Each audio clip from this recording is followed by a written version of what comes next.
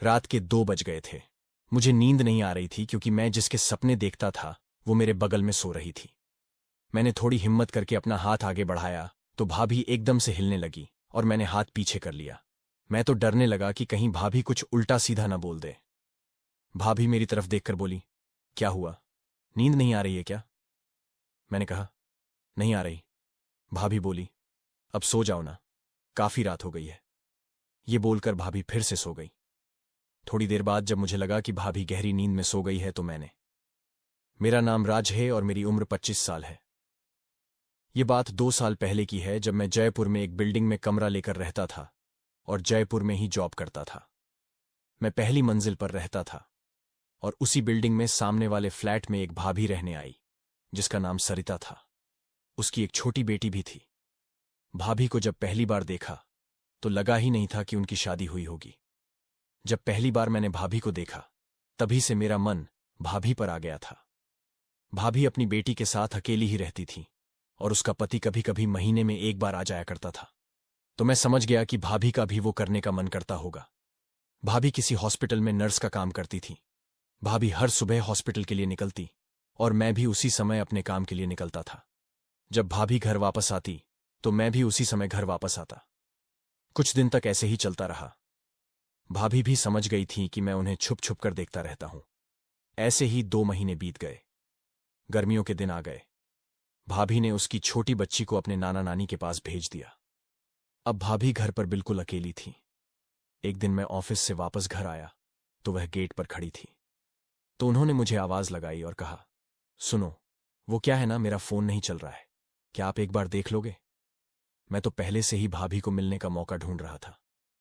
मेरी पहले भी भाभी से कई बार बात हुई थी पर हमेशा उनके साथ कोई ना कोई होता था। मैंने कहा, भाभी मैं कपड़े बदल कर आता हूं, फिर आराम से देखूंगा। मैं अपने रूम पर आ गया। मैंने कपड़े बदले, फ्रेश हुआ और भाभी के रूम पर चला गया।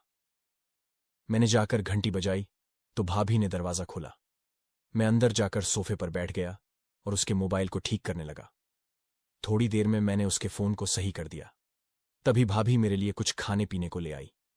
बस फिर क्या था, मैं चाय पीता रहा और भाभी को देखता रहा। थोड़ी देर बैठकर हमने यहां वहां की बातें की। मैंने भाभी से उसका नंबर भी ले लिया, यह कहकर कि किसी चीज की जरूरत हो तो मुझे फोन कर दे। और फिर मैं अपने घर वापस आ गया। रात को करीब 9 बजे भाभी ने मुझे मैसेज किया कि थैंक यू। तभी मैं समझ गया कि मेरा काम बन सकता है। फिर हम दोनों एक दूसरे से बातें करने लगे। वो भी अकेली थी और मैं भी।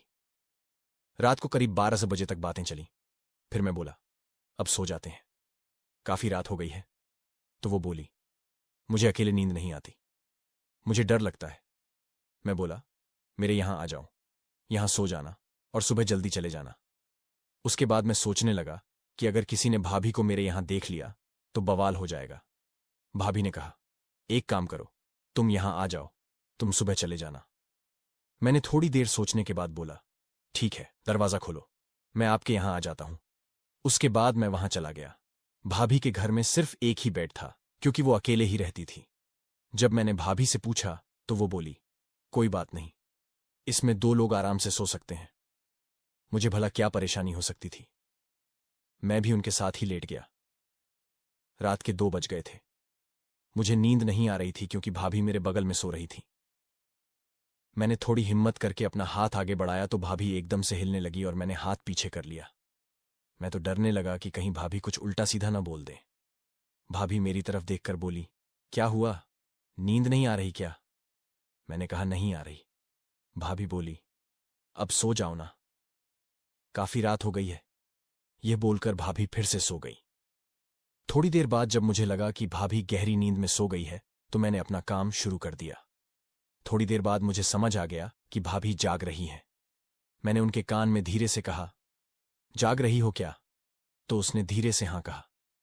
मैं खुश हो गया और फिर अगली सुबह 10 बजे मेरी आंख खुली। तभी भाभी मेरे लिए चाय बनाकर ले आई। वो बहुत ही खुश दिखाई दे रही थी। मैंने पूछा, मजा आया? वो बोली, हाँ बहुत। फिर थोड़ी देर बाद मैं अपने घर वापस आ गया। उस दिन से मैं हर दिन भाभी के घर जाने लगा। तो दोस्तों, आपको मेरी ये कहानी कैसी लगी कमेंट करके जरूर बताएं।